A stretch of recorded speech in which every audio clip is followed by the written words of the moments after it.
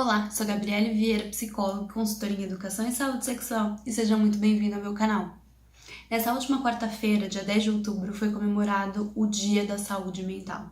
Esse dia foi criado pela Federação Mundial de Saúde Mental em 1992, de forma a alertar sobre os riscos da saúde mental e dos seus tratamentos. Segundo a Organização Mundial de Saúde, a OMS, saúde é um estado completo de bem-estar físico, mental e social. Isso não é apenas a ausência de doenças ou enfermidades. Ou seja, saúde mental é um espaço onde a pessoa tem capacidade de estar desenvolvendo as suas melhores habilidades, está contribuindo para a sociedade e para sua comunidade. Ela está evoluindo junto, ela está conseguindo fazer, ela está sendo ela. Segundo os dados mais recentes, há mais de 300 milhões de pessoas com depressão, o que traz a comparação entre 2005 e 2015 de um aumento de 18% relacionado a essa doença. E as doenças mentais muitas vezes vêm associadas com outras doenças, como por exemplo o risco maior de adicção, diabetes ou até doenças cardíacas. É importante a gente estar falando desse assunto porque ele impacta não apenas a própria pessoa doente ou que esteja passando por uma situação difícil, mas todo o contexto em que ela está inserida. Então ela impacta na família, porque às vezes ela não consegue trabalhar, ou quando ela trabalha ela tem uma diminuição da sua capacidade, ela pode ficar um pouco mais improdutiva, ela pode ter mais dificuldade de realizar algumas atividades dentro de casa e também no trabalho, que influencia na economia. Além disso, também aumenta os gastos do governo em relação ao cuidado e ao bem-estar dessas pessoas, e não apenas dela, mas do círculo social, do círculo de suporte também. Em média, os países gastam 3% do orçamento total de saúde voltado para a saúde mental.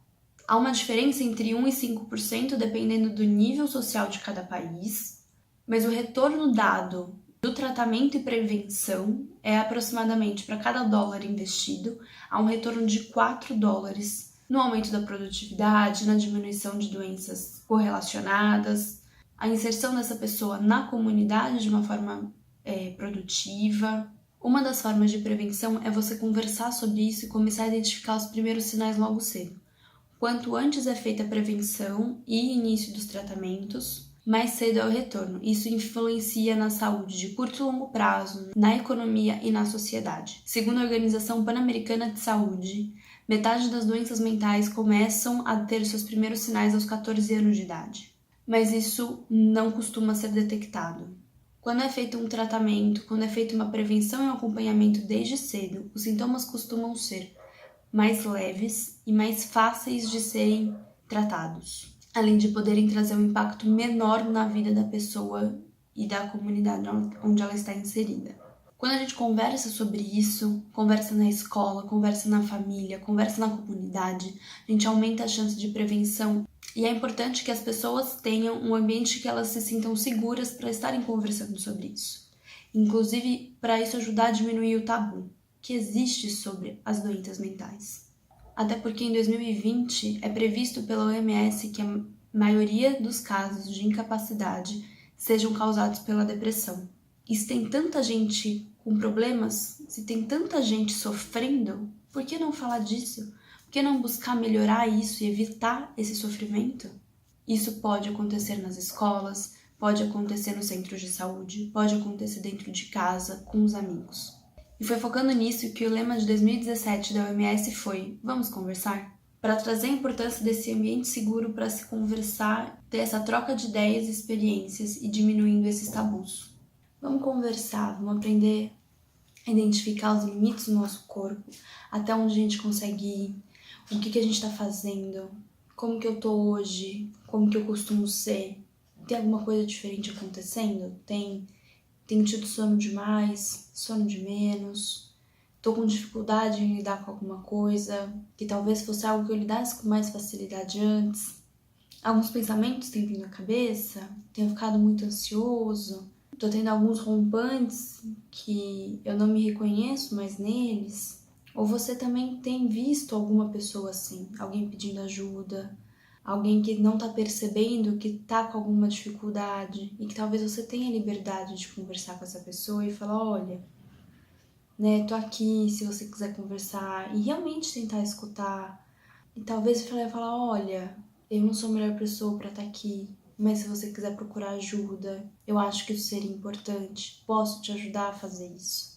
Às vezes um abraço e um cuidado de falar, olha, eu vejo você, eu tô aqui, eu acredito que talvez você possa se beneficiar de algum outro tipo de ajuda, de alguma outra coisa. Isso pode ter um valor inestimável. Tá ali. Às vezes a pessoa pode virar e falar, nossa, não, nada a ver. Não acho que isso seja o que realmente esteja acontecendo, o que esteja precisando. Mas com empatia, essa coisa que anda tão em falta nos dias de hoje. Ou então também essa pessoa pode virar e falar, nossa, obrigada. Você falando, eu percebo que eu realmente preciso dessa ajuda. Você falando, eu vejo que não é coisa da minha cabeça, que eu realmente posso me beneficiar de uma ajuda profissional em relação a isso. Então esteja aberto a perceber as sutilezas em você e talvez a sutileza nos outros. Esteja aberto para conversar e para pedir ajuda e sugerir ajuda, mas sempre com respeito, identificando qual que é o seu limite, qual que é o limite do outro e respeitando isso, se respeitando. Empatia também na hora de acolher. A gente não pode ficar zombando, ficar fazendo piada ou achando que não é nada, que é falta de vergonha na cara. Porque é sim doença, é sim uma coisa incapacitante. Tem que ser um cuidado muito maior em lidar com os sintomas e com os tratamentos de doenças físicas. Mas não é porque você não vê um membro engessado que quer dizer que aquela pessoa não esteja precisando de ajuda, que ela não esteja num momento delicado. Gracinhas em relação a isso, piadinhas, só tendem a piorar a situação. E eu acredito que quando isso acontece com a gente também não gostaria que esse tipo de situação desagradável acontecesse. Então não tem por que fazer isso com os outros. É importante prestar atenção nesses detalhes, prestar atenção nesses pequenos cuidados. Às vezes, aquele amigo que sempre foi muito próximo está um pouco mais distante, tá com algumas coisas diferentes. Convidar para tomar um café, tomar um sol, dar uma volta numa praça. Isso já pode surtir efeitos que você nem acreditaria. Sempre lembrando da importância de um círculo de suporte. E esse círculo você pode identificar pessoas da sua família, do seu círculo social, do seu círculo de trabalho, de estudo, inclusive pessoas do seu centro comunitário, como médicos, professores, terapeutas. É importante ter esse cuidado e pessoas com quem você se sinta confortável para conversar.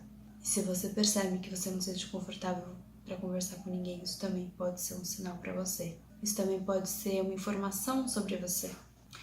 Então vamos trabalhar essa empatia, mais a escuta, mais as formas de lidar com o outro, a forma de conversar e perceber os pequenos detalhes, a beleza nos pequenos detalhes e a dificuldade também. E é com esse convite de vamos conversar, com essa reflexão, que eu fico hoje por aqui. Um grande abraço e até a próxima!